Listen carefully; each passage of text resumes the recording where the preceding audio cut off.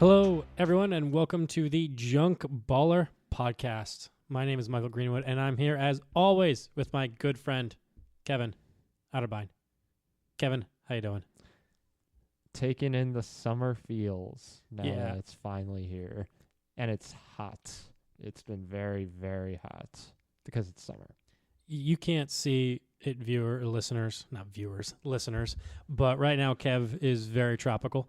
I think he's probably still on a kick from yesterday being at the water park. Yes. But Kev has got a floral Hawaiian shirt that looks pretty good, and he's got a sun hat on the back of his neck, and he's trying real hard. He's trying real hard to put it on, make sure the hat fit with the headphones, but it was not working. It was not working. So I'll make sure that obviously we send pictures out on our posts, and so you'll be able to see it. But I am wearing, this is the first jersey that I bought of a rival of the Phillies. I tried to avoid it as long as I could, but I couldn't pass up the opportunity because I found this on Facebook Marketplace for $25. Are the Marlins really a rival? Yes. I hate the Marlins. I mean, they've been bad for a while, but when they were good for that short period of time, they were really annoying with Juan Pierre, Luis Castillo, Miggy, Hanley Ramirez, all those guys. What, like 20 years ago? Yeah, but they're still a rival. I mean, the Giants suck for the Eagles. They're still a rival. I mean, I can't remember the last time the Giants beat the Eagles on a normal. Well, I don't know. Anyway, I'm wearing a Miami Marlins Jose Hernandez jersey. Fernandez. Wow, we're gonna cut that. Nope, I'm not going back. No, Jose Fernandez, who tragically passed away and ended his career short due to a boating accident. But during his couple years in the league, he was absolutely fantastic. And I saw his jersey on Facebook Marketplace, and I was like, yes, I want that. And it seems like my hobby now is just collecting jerseys. So, but this is my first rival one, Jose Fernandez. Not Hernandez, Jose Fernandez. Yes. I miss him. He was fun to watch. He was really good. Mm-hmm. I would say that his passing really changed that franchise. Not just in, it being tragic, of course, but also just in the dynamics of that team, because they had a couple of guys that were coming up that were, it was like almost the new young Marlins. Yeah. And when he died, they all kind of just went away. Yeah. I mean, and all the excitement and the hype for it just, that. I mean, they traded away Stanton, traded away Yelich, traded away Ozuna, Justin Bour, D. Gordon. I'm trying to remember any of the other star players with it, but all those guys. I mean, Yelich won MVP with Milwaukee. Stanton's been good with the Yankees. Ozuna's been good with the Braves. It's kind of sad. I don't think the Marlins will ever be successful because they just consistently keep. I mean, they don't really try that hard. No, they really don't. They fired. I've got really bitter when they fired Kim Ng, and Schumacher. Schumacher. What's his first name? Skip. I've got that confused because his job was also his name, Skip. When he won Manager of the Year, then the next year they had a little bit of struggles with some injuries, and then they fired him because they got a new GM because they fired Kim Ng and they wanted a new GM when they got from Tampa. And they're like, oh, yeah, Skip, you're done. I'm like, he was Manager of the Year the previous year, made the playoffs with a team that shouldn't have been there. Yes. And then they let him go. I was like, wow, this organization's terrible. But we are past the halfway point of the Major League season. And, it seems like we just do it once a month now with our podcasts. Yeah. We try, everyone. It just seems to be difficult. Yeah. And I say it every time, but our schedules just seem to really not match up with it. But we've had a lot happen in the last month since we had Taylor on. And one I want to bring up right away, and that is the Rafael Devers trade, because that was my hot take at the very end of the last episode saying, yeah, he's probably going to get traded. Well, everyone didn't think that was a hot take. I thought it was a really, really cold take. But, and they were right because he got traded, 2 days later or 3 days later after we posted the podcast? It was pretty quick. Yeah, it was pretty quick. And it seems like Boston really didn't get a lot back for Devers with it. It's kind of a weird situation with the Devers, with how he kind of handled his time in Boston, and then now how he's kind of, I mean, it's a new scenery. He kind of wants a fresh start, but he's kind of been completely the opposite of how he was in Boston after signing that $300 million deal. Just doesn't seem right. I mean, there's a lot of back and forth and stories that I've heard with it, but it sounds like they were. I know that the trade talks happens like 3 or 4 weeks. Started 3 or 4 weeks before he actually got traded with the Giants. Yeah. Well, I guess the reason why it was a hot take for you, or in my opinion, it was a hot take for you, is because he signed a huge contract only 2 years ago. Yeah. A 10-year, $313 million deal. It was looking like he was going to become the franchise player, and now 2.5 years later, he's gone. Yeah. So what happened? I mean, he's a third baseman. There was some dissatisfaction that was, he felt lied and betrayed to by the Red Sox organization, and it culminated with the Bregman signing and him not even playing the field. Yeah. He was DHing, and when you sign someone to a $313 million deal to be a third baseman, and now he's just DHing, there's that discontentment there. And with all their stars coming up too, I guess the Red Sox felt comfortable. It's like, hey, we got a really strong farm system. Maybe it's best to move on from the mess, because it was a distraction for them. They did clear a lot of payroll. The Giants are taking on all the money. Yes, that's a huge thing for Boston. Mm-hmm. Yeah, I think the only other time that we've seen a big trade in terms of total money was Stanton when he went to the Yankees, because he had signed that deal with the Marlins where it was $300 million, and then he went to the Yankees. But that wasn't as like crazy shocking as the Devers one. It feels like, because Stanton, while he was the centerpiece, the Marlins sucked. The Red Sox are a different type of organization with it. And for the Yankees, it was a steal. They pretty much got Stanton for nothing. Yeah. Yeah, and it's both of these trades have benefited the Yankees dramatically. Oh, Devers killed the Yankees when he played them. Specifically Garrett Cole, who is probably the happiest man in the entire world about the Devers trade. There's one other thing I wanted to mention about that trade. They're 4-10 since the trade. San Francisco is. So it hasn't been a great start for them. But with Devers, but how's he doing right now with that I'm not 100% sure. I know his first at bat, I believe he struck out, but he also had a double or triple into Triple's corner. I'll be there on Tuesday to watch the Phillies in San Francisco. I wonder if it's going to be similar to the Adames situation, where it's like now he's moving to a pitcher stadium. Yeah, and that's going to mess with his numbers a bit. It might. It probably should a little bit. I don't know. We'll see.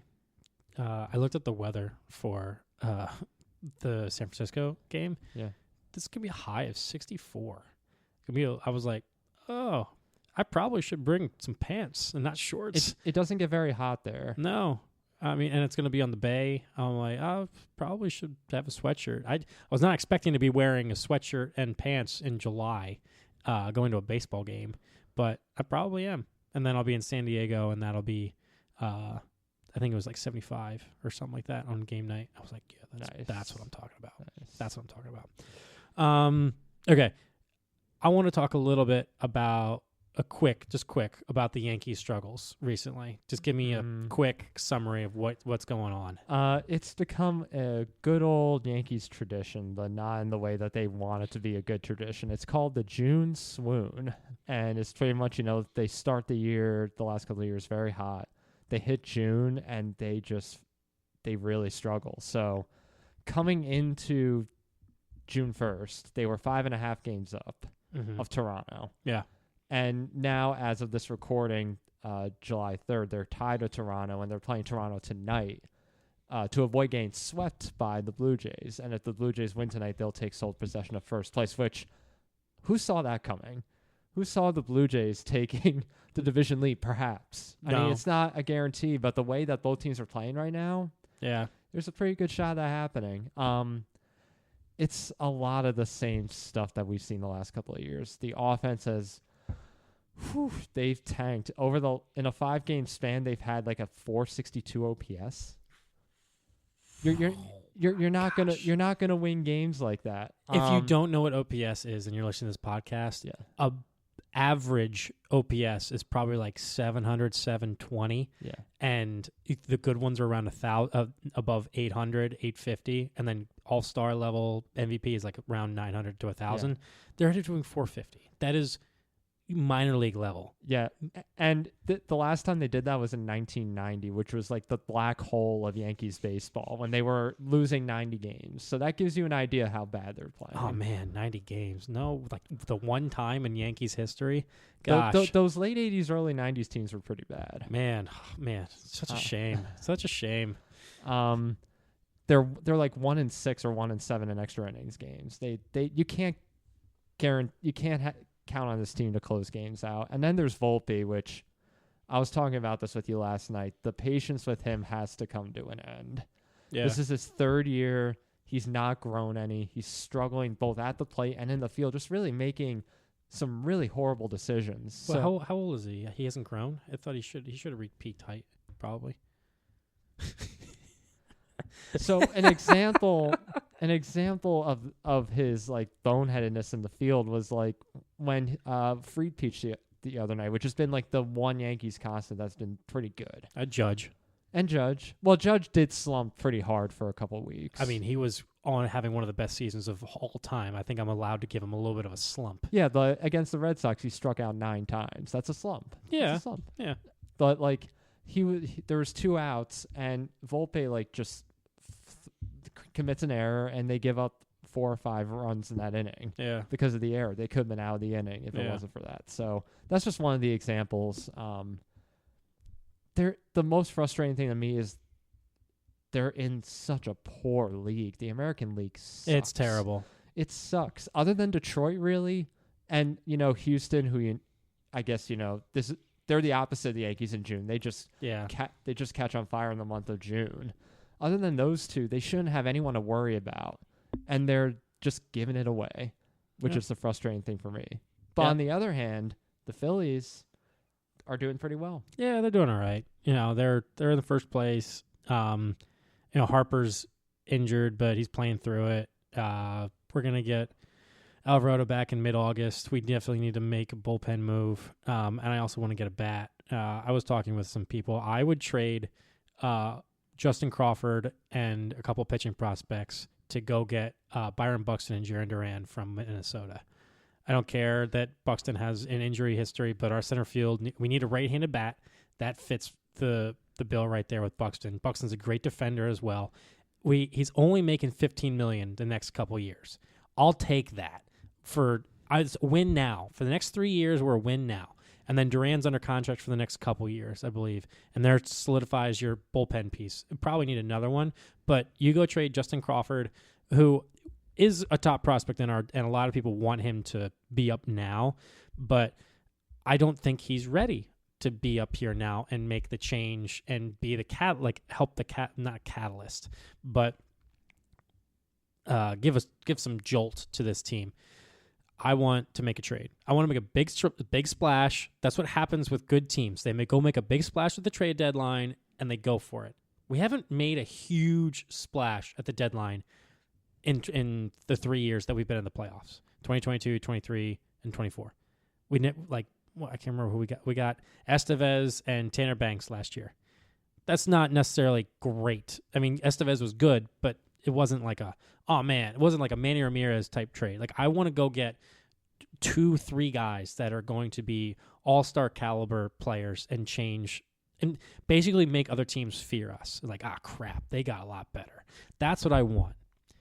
Do I see it happening? No, but I really hope it does. We'll see what happens. I'm excited. We're going to the game tomorrow. Mm-hmm. I got to buy the tickets. Haven't bought them yet because that was bad service at the job.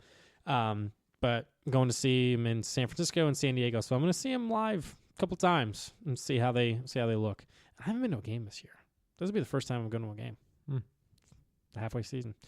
All right. A couple more things. I want to talk about also congratulations to Clayton Kershaw making he had on his last at bat, I think it was his last batter, got to 3,000 strikeouts. Legend, one of the best pitchers of all time. Mm-hmm. I believe he still has the record for best ERA of all time. With the amount of innings he's pitched, he's top 3 for sure. I know a couple years ago he was still number 1, but probably top 5 pitcher of our lifetime, probably, if not number 1. With just when he was peak Kershaw, it was must watch TV, must watch. He was 21-3 with like a 1.7 ERA. If I nailed that, did I nail that? Are you on Baseball Reference? Looking 21, what, in 2014? I think he was 21-3 with like a 1.88 ERA or 1.7. Well, in 2013, he was 16 out with a 1.83. Okay. But in 2014, his MVP year, when he won the Cy Young, it was 21-3 with a 1.77 ERA. That's exactly. How do I know? There's so many things in life that I should know, but I know Clayton Kershaw was 21-3 with a 1.77. Yeah. We got to play that back. I think I said 1.77 first, right? I think you did, yeah. Gosh. The fact that I know that. Anyway, 2 more things. I want to get to, apparently baseballs are dead this year. They apparently, since they've been tracking baseballs and like the drag of them, this is the most drag a baseball has had in the 9 years they've been keeping track of that data. And Andrew McCutcheon was the first one to bring it to attention because he talked with an MLB rep and informed that the seams are actually higher this year, which I don't understand. They have the same manufacturer. They said they have the same manufacturing, same storage, same handling. How can you have a different product? How? I don't get it. Is the leather a little bit different? They said the seams are. Is it a different yarn? Like what? Or like what is this? I don't get it. But obviously, there's been an increase in drag, which means less home runs, less balls carried, and it's just there's always those conspiracy theories that the players that have big free agent years, sometimes they will juice the balls and sometimes they'll deaden the balls based off of free agents so that way people get more money. There's that conspiracy theory. But obviously the balls are not going as far. Well, it's not much of a conspiracy theory because MLB admitted to it. Oh, yeah. They admitted to the baseballs being different this year. Well, no, I'm not saying them admitting that they're different, but changing them to based off of free agents. Like the money, so that way certain players get a certain amount of money. That's what I've heard conspiracies about. Yeah. Okay, one last thing, and this one is something that happened 2 days ago. No, was it yesterday? It was yesterday. Mm-hmm. All-Star voting. The finalists were voted on, and we have our NL and AL starters.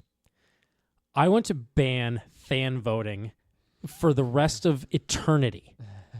It is an absolute travesty and a joke that fans get to vote for the starters. I know that a lot of the guys that aren't starters will eventually get into the All-Star game, but the fact that if there was a possibility that every starter for the NL was going to be a Dodger, that just is dumb. I don't like the fact that could happen. Ronald Acuna Jr., who is having a great season, has only played in 36 games this year. Yeah. And he's a starting outfielder for the NL. He's having a great year. He's batting .346 and has 9 homers and 18 RBIs. Fantastic start. He should not be starting for the NL. I'm sorry. He can't be starting. He has not earned it. James Wood, he has earned that spot.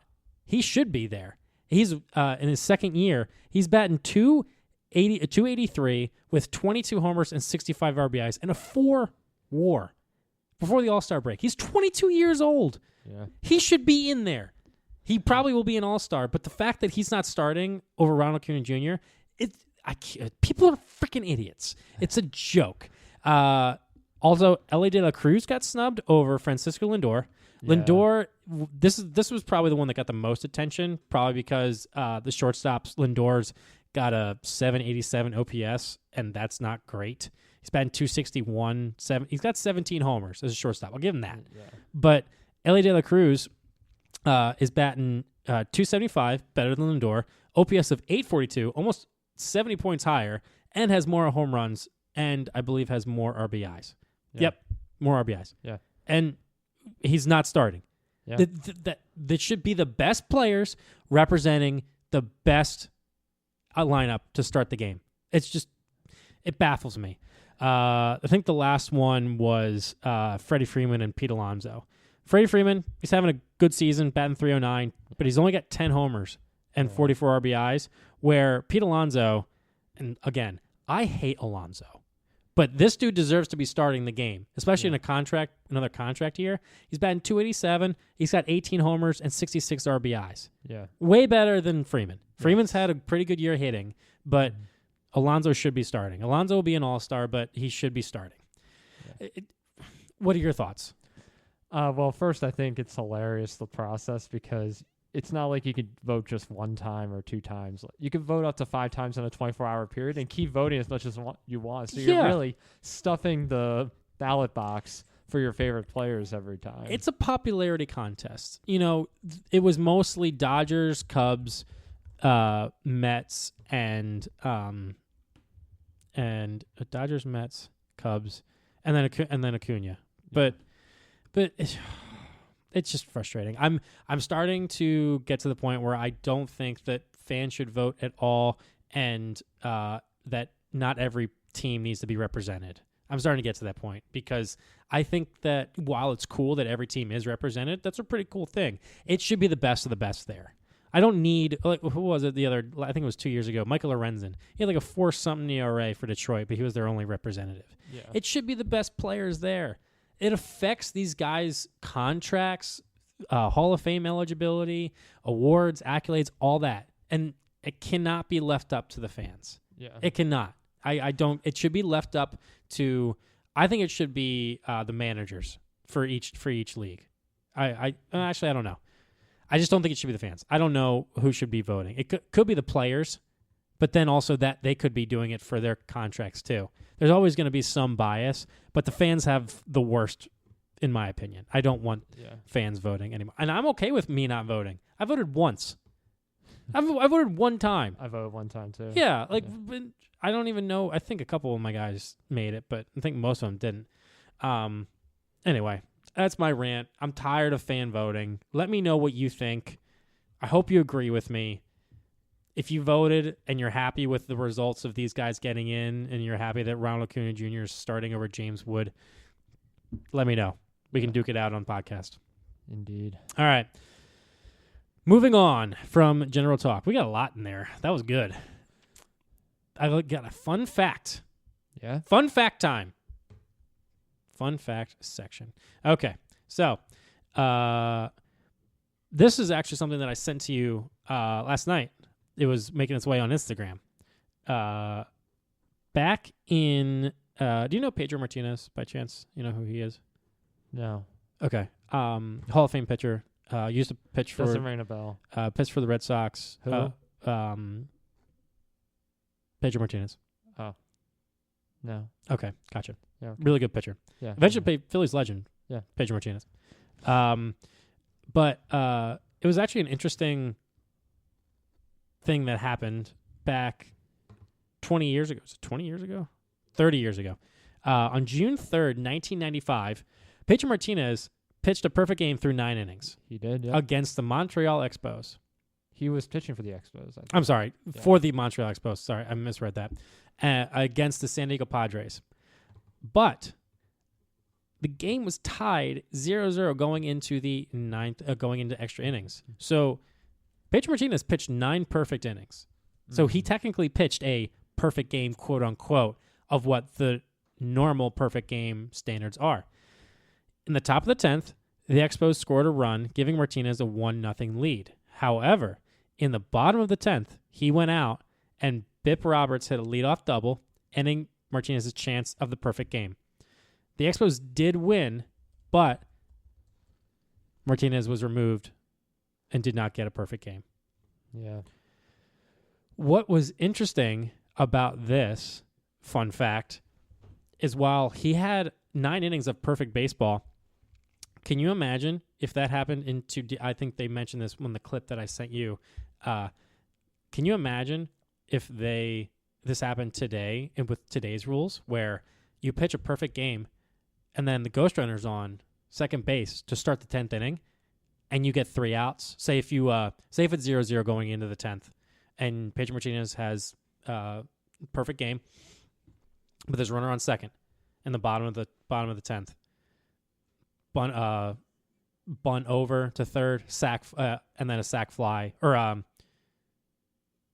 can't remember exactly how it was do this, but basically he could technically lose the game and still pitch a perfect game in terms of pitching, but that run scores, so it's not technically a perfect game because it's an unearned run.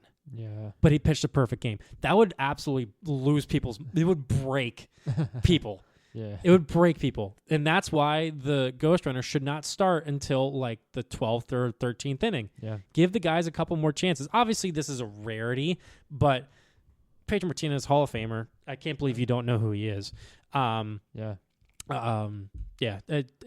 When I knew about this, but I thought it'd be fun to share just the analogy of, there's a chance that someone could pitch a perfect game of 10 innings and lose. Yeah. And the interesting thing to me is this is not the first time that someone has pitched 9 perfect innings and had to go even further than that. So in the 50s, there was a pitcher, Harvey Haddix. Mm-hmm. He pitched 12 perfect innings of baseball. But the problem was that he was facing against a Hall of Famer, I think Warren Spahn, he was pitching against. Yeah. And he lost it in the 13th inning. Gosh. Can you imagine going 12 innings of perfect baseball to lose? You got your offense. You're like, guys, come on. Yeah. Give me one run.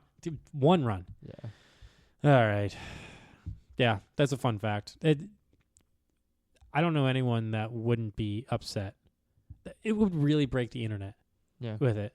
This is the sports world. Baseball doesn't break the internet, but okay. So fun fact, done. We got something fun for you lined up. Something that probably everyone can relate to with this. Sometimes in our junk ball section, we kind of get into sometimes more analytical stuff or topical stuff. This is more of general, pop culture type of podcast. And I might be biased, but I think baseball movies are the best sports movies. And I think that a lot of people would agree. I think in terms of quality and the vast majority of them that are actually pretty good, I would say baseball movies are better than football, basketball, all those other types of movies. Would you agree? Yeah. Well, I think because baseball movies, they're like classics because baseball is so ingrained into the American culture, unlike the other sports. I mean, you still have like the football movies, the ones we watched in high school, like Remember the Titans. Yeah. And the baseball. I've never seen it. Really? No, I'm joking. Well, there is one baseball movie that I haven't seen, which we'll get to if it's on your list. Okay. Oh yeah, that's right. We were going to give a list. So here we haven't even said what we're going to do. Kevin and I are going to list our top 5 favorite, our top 5 favorite baseball movies. Not the best movies in terms of like critically acclaimed. Our top 5 favorite each. But we were going to do a section where we admit to baseball movies we haven't watched. Because I think there's one that I haven't watched that some people would be a little bit surprised that I haven't watched. But I don't think we're going to do that. That's our Platinum Premium Plus package. That's the extra content. Or just DM me and I'll tell you. Yeah, we have a deal going because it's the 4th of July coming up. So we 88 cents off. $4.99 per month, which is a 17.76 discount off our normal rates. $5.88 original price.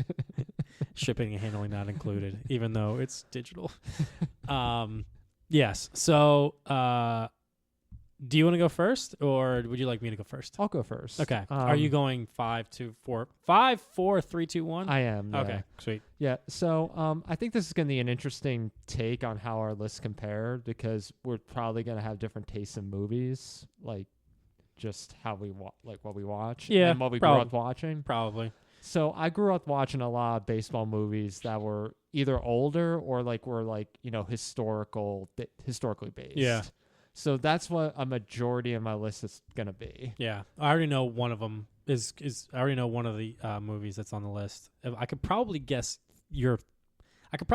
all of them on your list. Probably. I'm not going to. Yeah. I'll write them down. Give me one second. Let me guess number 5. Okay. So number 5 is 61, which is the movie. You haven't seen it. No. It's based on, if you haven't heard of it, it's based on Roger Maris breaking Babe Ruth's single-season home run record in 1961. And he was teammates with Mickey Mantle. Mm-hmm. And it wasn't just about the baseball race. It was about all the crap he had to put up with. Mm-hmm. Trying to, being compared to Babe Ruth all the time, losing his hair, getting sick over it. Especially when Mickey Mantle fell out of the race because they were, going back and forth as teammates, trying to break the record. Then Mantle got hurt, and Maris had to really take on everything himself. The media hounded him. It wasn't like today where people are excited about a record being broken, where it's someone's approaching Barry Bonds or something. There's excitement about it. Remember in '98 with McGuire and Sosa, it's who's going to break Maris's record? Who's going to reach 70 if that happens? Yeah. It wasn't like that because Babe Ruth was such a god to everyone that they thought that no one should break his record. It got to the point where the commissioner of baseball was going to put an asterisk next to the record, which is where the title 61 with the asterisk next to it comes in. So I think it's a really good insight into what he was dealing with personally, and it's a feel-good story at the end because he overcomes all that stuff to break the record, and a record that was held in the American League until a couple of years ago with Judge. Yeah. And, 98 with McGuire and Sosa, if you count that. I count it. It's a baseball record, but... Yeah, it holds a special place for me. The guy who plays Roger Maris is the sniper from Saving Private Ryan. Oh, Pepper? Yeah. Yeah. What's his first name? I know his last name is Pepper. It's Barry Pepper. Barry Pepper. Yeah. Oh, Saving Private Ryan. Fantastic movie. Yeah. Haven't watched that in a while. Okay. Yeah. No, I've never seen it. Yeah. I've never seen it. It's pretty good. Yeah. I'm not surprised that there's going to be Yankees movies on your list. Okay. Number 5 for me. This movie came out in I think 2013. Yes, 2013. And the main actor actually passed away, Chadwick Boseman, a couple years ago. But his movie 42, which is the biographical sports drama of Jackie Robinson coming into the major leagues and breaking the color barrier, and I thought it was a fantastic movie. I remember watching it in theaters. I was like, dang, this is way better. It's a baseball movie. I was like, all right, I hope they get it right. I hope they do respect to Jackie and just making sure that it's a tough subject, obviously, with racism. Yes. But it was a fantastic, fantastic movie. Obviously, it follows Branch Rickey taking a chance and trying to recruit Jackie Robinson to play Major League Baseball. And you have all the baseball players making fun of Jackie and all the stuff he went through. And it kind of goes through the before process of what he was playing with in the leagues before. But I loved that movie. Yeah. You've seen it, right? Yeah, I have. Yeah. Yeah, it's my number 4, which... look at that! Which makes it easy. I go from 61 to 42. Oh, it's all just numbers. And that's one of the things I love about baseball movies is because it's about actual people overcoming so much adversity. And there's few, if any, baseball players who had to overcome so much to play baseball than Jackie Robinson did. Yep. Very true.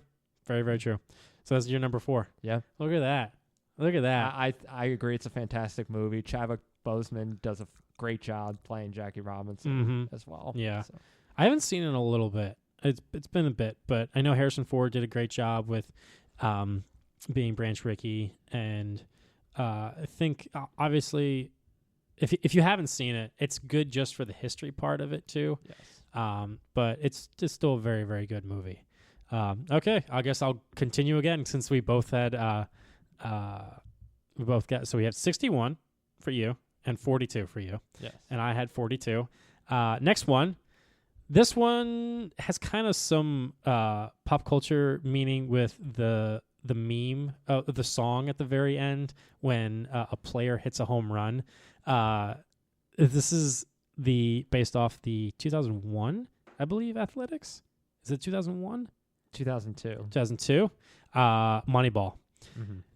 If you haven't seen this movie, it's not only just a good baseball movie, it's a good movie in general with it. Like, you'd enjoy it not for just being a baseball movie. Brad Pitt didn't know anything about baseball before he signed on for this. Mm-hmm. And he did a great job being Billy Beane as the GM. Now, this follows the start of analytics and sabermetrics and all that data-based baseball moves that started kind of what we see today, where it's a lot of analytical, a lot of just matchup based. And Billy Beane was basically the forerunner with this and signing certain players that fit this quota that we wanted for the team. And it worked out in terms of for the A's for a little bit, making the playoffs that year. I mean, they made the playoffs that year. But it was pretty good. I also like the quote where they have Ron Washington, Billy Beane, and Scott Hatterberg, who's played by Chris Pratt, and they're trying to tell Scott that, oh yeah, we want you to play first base, and Scott's like, I've never played first base, and he's like, oh, it's not that hard. Tell him, Ron, it's incredibly hard. It's one of my favorite quotes. It's so good. Moneyball. I haven't seen it in a long time, but when I saw it, I'm like, dang, this is a really good movie. Yeah. And it would probably surprise some people that I have not seen the movie at all. I have not seen Moneyball. Yeah. Ultimately it's because I haven't really gone around to it. But I will say, just for transparency's sake, I'm not a fan of the Moneyball system. That might be a part of the reason why I haven't watched it. Even though people tell me you're boycotting it. You're like, I will not watch this movie. No. I mean, like, it's not like I won't watch it because I hear it's a great film. It's just like, I mean, if I'll get around to watching it at some point, I'll watch it. But it's not like I'm running to the store or jumping on Netflix to go see it. You can do it right after. You can do it right after the podcast. And not watch the Yankees get swept by the Blue Jays? Yeah. Actually watch something that's beneficial. Yeah, maybe. All right. Number 3 for you. Yeah, number 3, and this is a classic, which I feel like a good many people, baseball or non-baseball fans, have seen alike. The Sandlot. Yay, look at that. We've gone to it. For those of you who have not seen it, even though, there's probably people who haven't. Shame on you if you haven't. Shame on you. It's a coming of age story. Mm-hmm. It's about a kid who, moves to a new neighborhood and tries to make friends, and he, stumbles upon a group of kids playing baseball. And it goes over this big summer where they do all these different things, play baseball. They'll develop like a real friendship.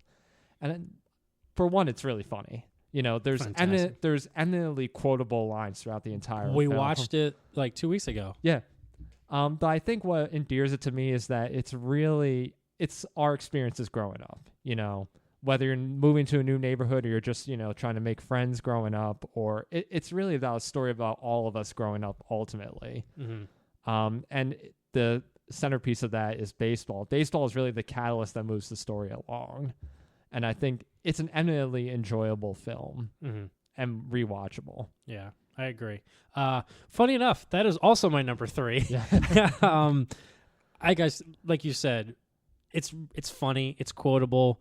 I mean, there's been what's one of those movies where they try to follow the characters after they've, where's Benny the Jet today? Where's Smalls today?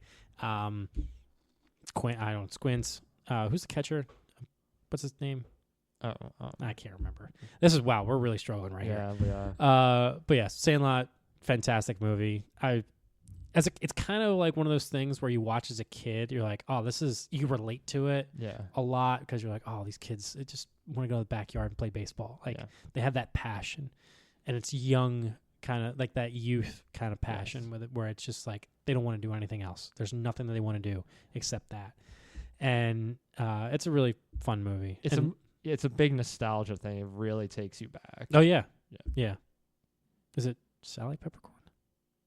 It's Peppercorn. I don't Yeah. remember her first name. But yeah.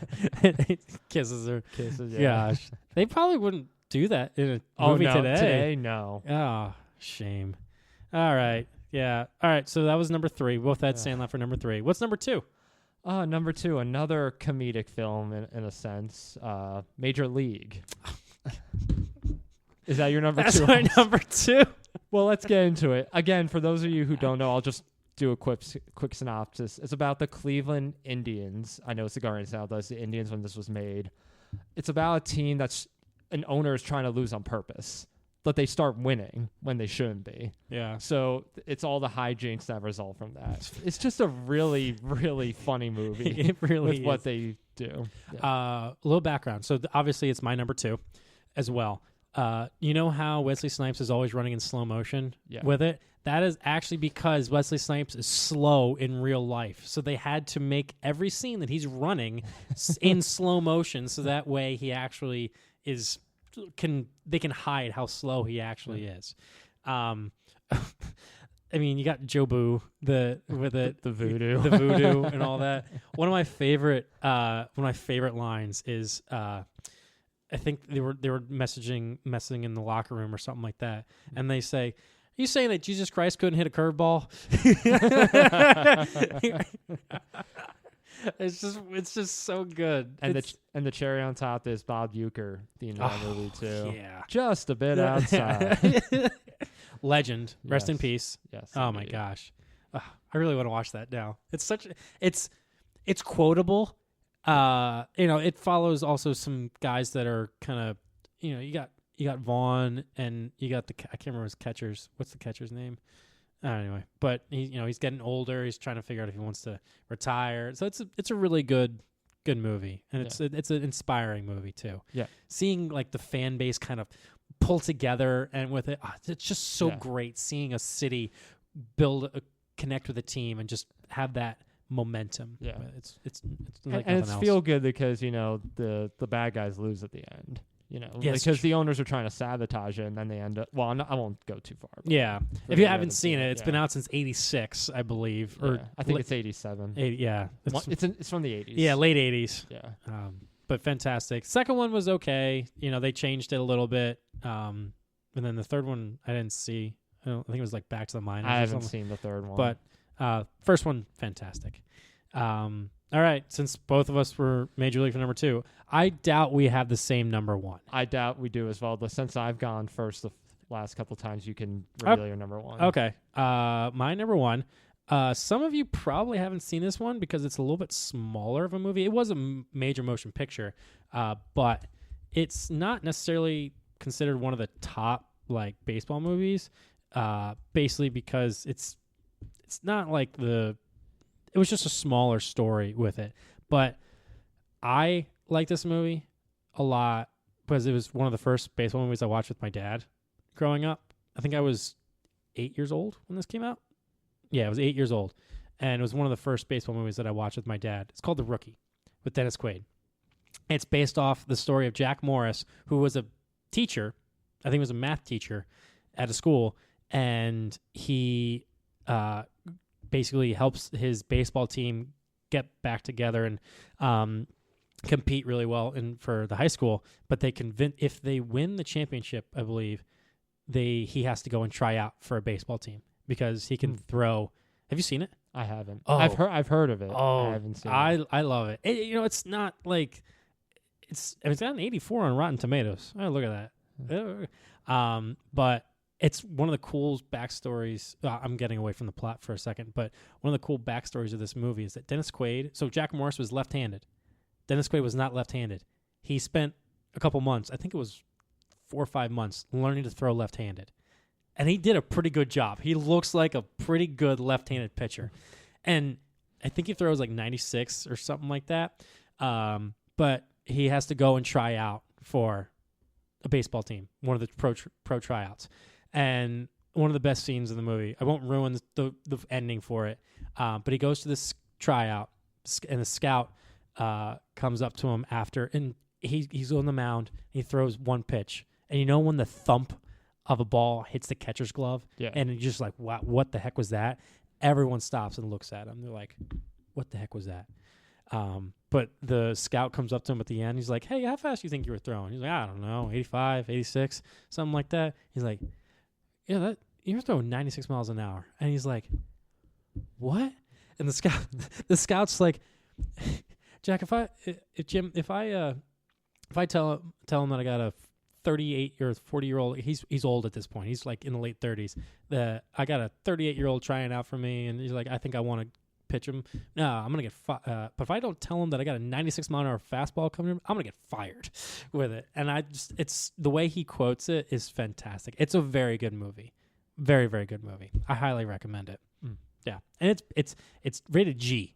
It's not like it's a Disney movie. It's a Disney movie, but it's a fantastic story. You know, it's good acting. I highly recommend it. It has a special place in my heart. That's why it's my favorite. But it's some of the quotes in it are fantastic. I think you should watch it over Moneyball. I would say over Moneyball for sure. Interesting take. Yeah. Yeah, I'm surprised you didn't go with a legendary baseball movie like Basketball or something for your number one. But anyway. Nope. Nope. My number one is connected to my dad too. Mm-hmm. And I'm bookending it with a historical movie with number 5 and with number 1. And it's a Yankees movie, and this is number 1 too.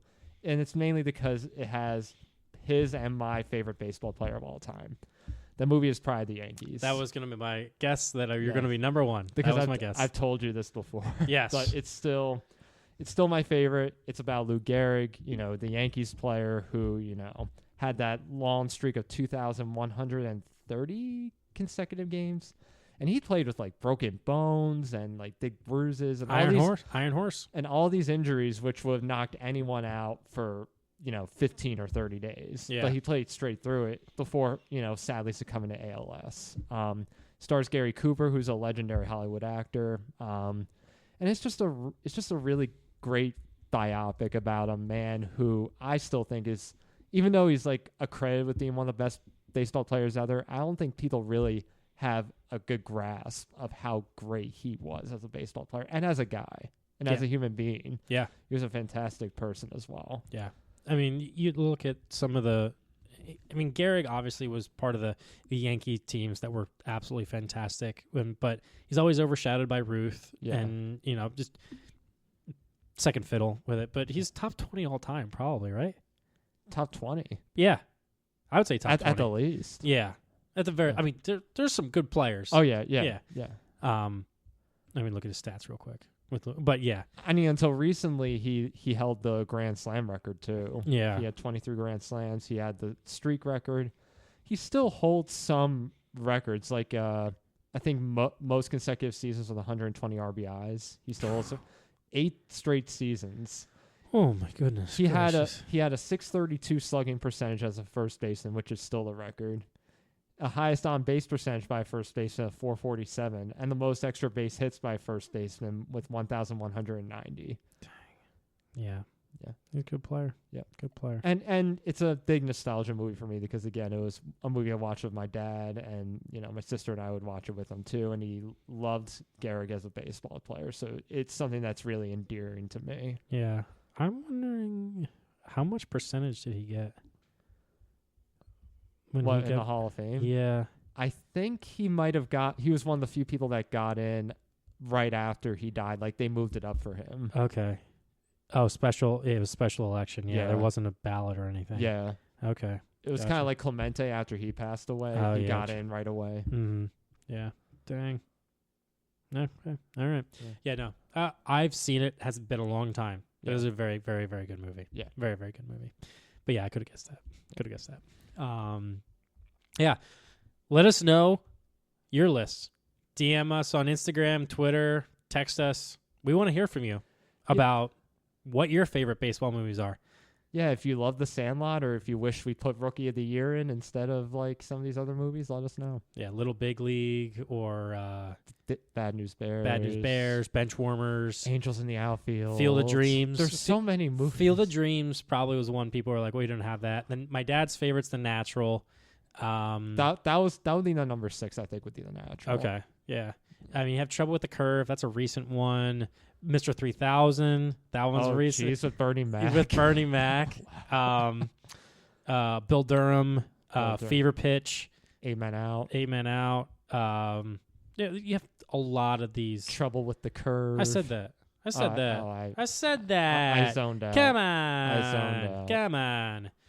Yeah. So let us know what your favorite movies, baseball movies. Don't send me your favorite movies. Just give me baseball movies. And also, if you're into documentaries, Ken Burns' Baseball, which is like an 8 or 9 part series, pretty good. Yeah. If that's your thing. I've seen parts of it. I haven't seen it all the way through, but I should, especially as a baseball fan. But moving on to finish out the baseball movie podcast. We'll think of a title. Yeah. Kev is going to close us out with a hot take. You got a little bit of...